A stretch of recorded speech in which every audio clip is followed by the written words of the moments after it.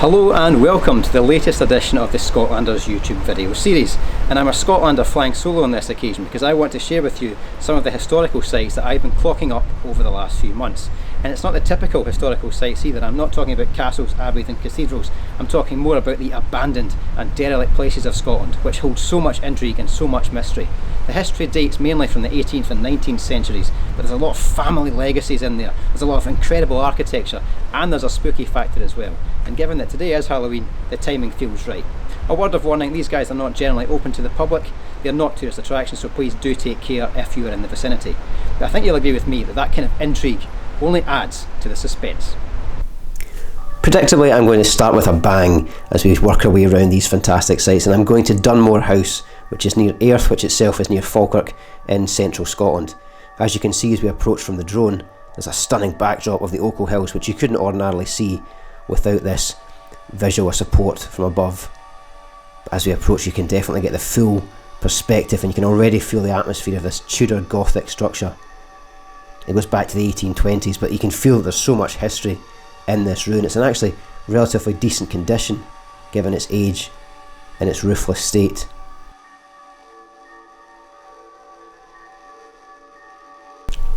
As for the history of Dunmore House, it was built for George Murray, the 5th Earl of Dunmore, and you can sense immediately that this guy is looking to portray a sense of opulence. It's very imposing. Obviously the vast rural grounds say a lot about the desire for space, but in terms of the design of the place as well, it's the subtle little touches, the fact that there seems to be chimneys in every room, fireplaces in every room. There's glassless bay windows, battlemented parapets, the odd coat of arms as well on the walls.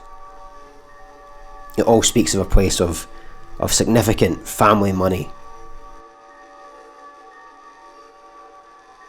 It did also feature briefly in the Outlander filming locations, which we enjoy talking about, of course, with the Scotlanders. It was one of the unofficial locations because, of course, this kind of place is not open to the public.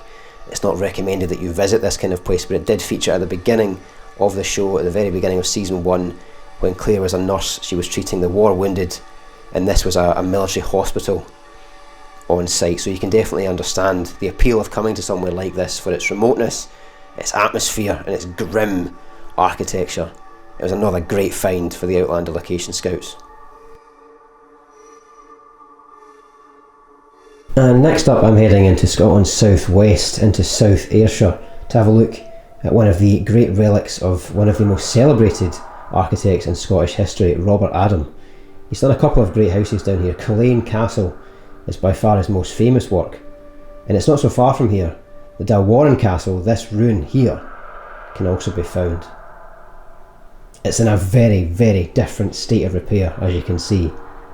But the masonry is intact, the structure is intact. This feels like a building that could still be salvaged, even though, in truth, it has been now desolate for well over 50 years.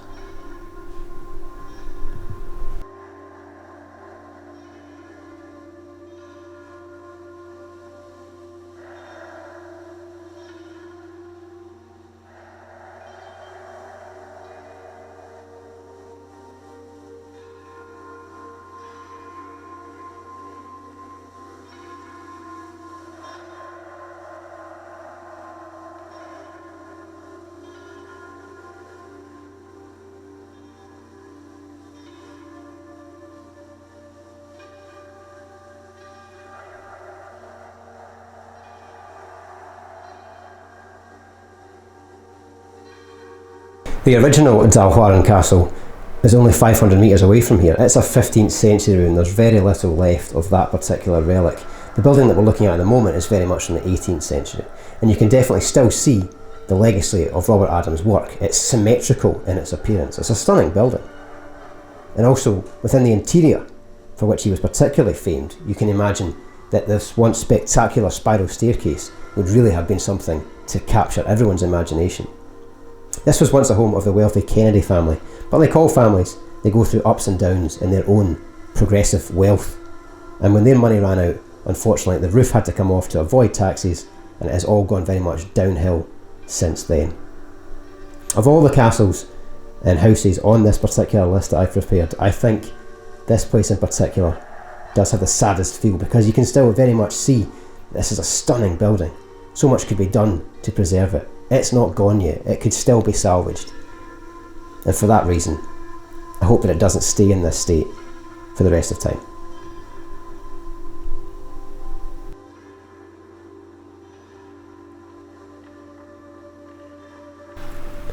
Let me take you now to perhaps the most unnerving and chilling location that you could possibly find in Scotland.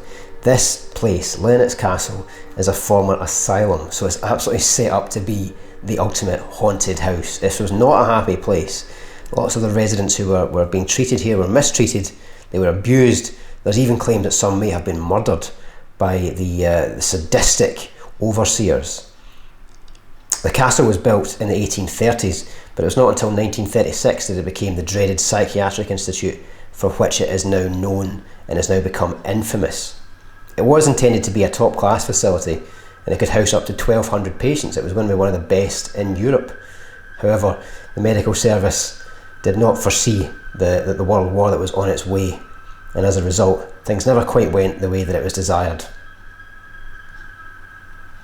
From the accounts that I've been reading about, it sounds as if this place was much more of a prison than a hospital. It really does sound incredibly sick, what some of these people had to go through. And as a result, the current ruin has all of that atmosphere and that sense of dread that people who do enjoy the Halloween thrills could not possibly get enough of.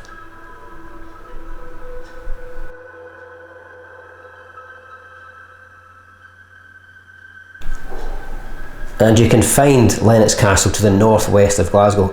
It's quite a distance outside of the city limits, and it is in a remote and rural location. There's not much around apart from, bizarrely, Celtic Football Club's training facility.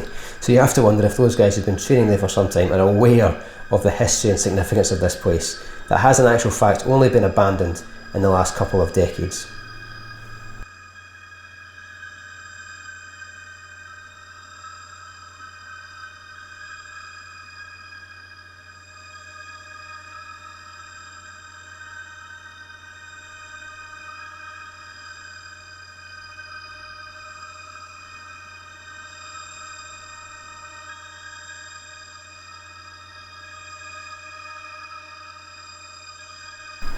I have to say that my fascination with these old, abandoned, derelict buildings really began earlier this summer here at Cambusnethan Priory, which I stumbled upon largely by accident. It's in North Lanarkshire, and I was coming back from a longer distance trip and wanted a quick stop off, and I'm very glad I did, because the Gothic style to this place is really quite haunting. It was built in 1820 for the Lockhart family of Castle Hill by James Gillespie Graham, an architect who designed several similar buildings of this scale in central Scotland during his lifetime. There's a huge porch, there's ornate towers, and there's evidence of a sunken basement as well, so God knows what went on down there. It is largely symmetrical in structure, it's pretty compact, and it's incredibly evocative. In its time it also served as a hotel, a restaurant, and even a mock medieval banqueting hall, so this was a place of entertainment, probably lots of laughs, but not, as you can see, anymore. And when I was here, by the end of my time, the light was starting to fade, so it was a very brisk walk back to the car, I don't mind telling you.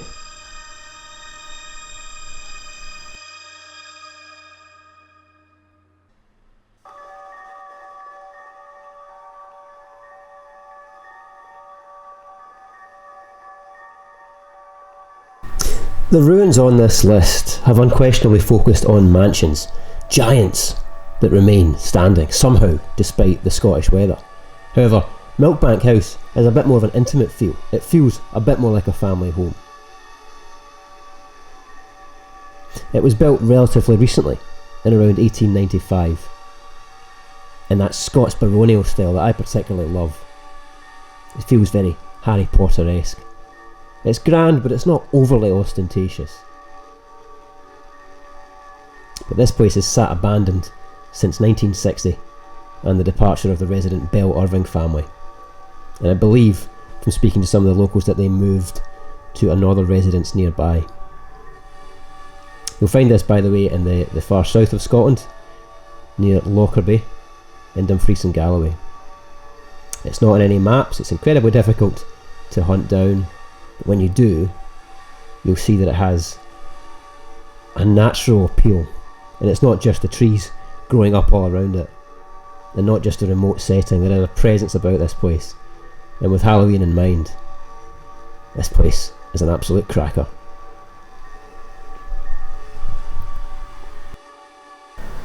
And I'm going to end this journey around these interesting, fascinating and eerie ruins with a trip to somewhere that's been on my hit list for a very long time.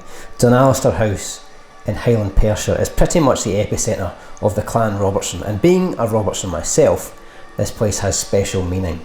The Robertsons were always big supporters of the Jacobites, so they had stood by Bonnie Prince Charlie at the Battle of Culloden when he was ultimately defeated.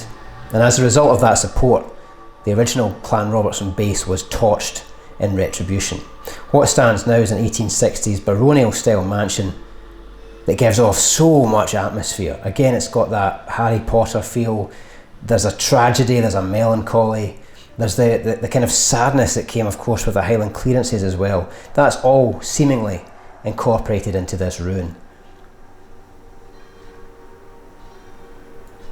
The ruin can be found near Kinlochrannoch in Highland Perthshire, as I say, not so far away from Pitlochry, but it is a remote spot. It's a beautiful area underneath the watchful eye of Schiehallion Mountain. There's so much history in this land, and that is why this building in particular is my personal favourite.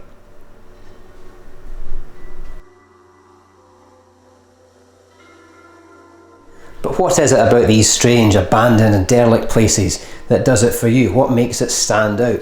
Is it the atmospherics, the sense of history, the sense of melancholy, or is it the beautiful architecture and stunning Highland settings? Whatever it may be, I would love to know which ones are your favourites and where you would like to see me head next. But for now, all I can say is, Happy Halloween.